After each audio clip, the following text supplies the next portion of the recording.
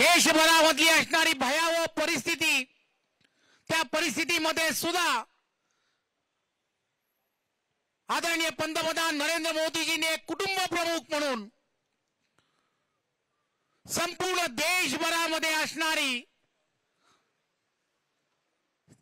कोणतंही सरकार असतील, राज्यामध्ये वेगवेगळी सरकार होती, परंतु कुठेही दुजाभाव केला नाही.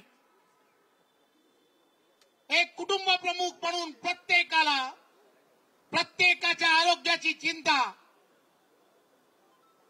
ही चिंता फक्त देशाचे पंतप्रधान नरेंद्र मोदीजींनी केली. परंतु त्या उलट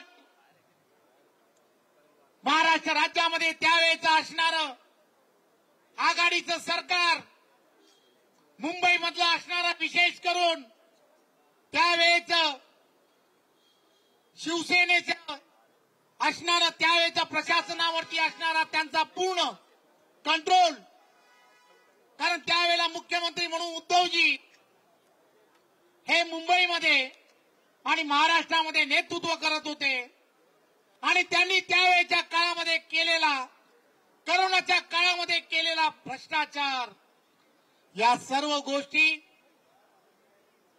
महाराष्ट्रातील जनता आणि विशेष करून मुंबईकर हा कधीच विसरणार नाही. प्रेताच्या टाळूवरचं लोणी खाणारी ही सर्व मंडळी आणि या सगळ्यांनी ज्या पद्धतीने काम केलं,